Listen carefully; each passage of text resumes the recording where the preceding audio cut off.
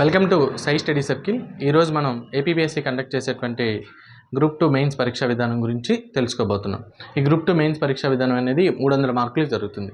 Objective type pen paper విధానంలో ఈ group 2 mains పరీక్షా విధానం జరుగుతుంది. సో ఈ 300 మార్కులు ఏదైతే ఉన్నాయో ఆ 300 మార్కులని 2 పేపర్లుగా కన్సిడర్ చేయడం జరిగింది. ఒకటేమో పేపర్ 1, రెండోది పేపర్ 2. పేపర్ 1 అనేది 150 మార్కులకి 150 నిమిషాలకి 150 ప్రశ్నలు అనేవి అడగడం జరుగుతుంది. పేపర్ 2 కూడా అలానే 150 మార్కులకి 150 నిమిషాలకి 150 ప్రశ్నలు అనేవి అడగడం జరుగుతుంది. పేపర్ 1ని పార్ట్ ఏ, పార్ట్ బి అని 2 భాగాలుగా చేయడం జరిగింది.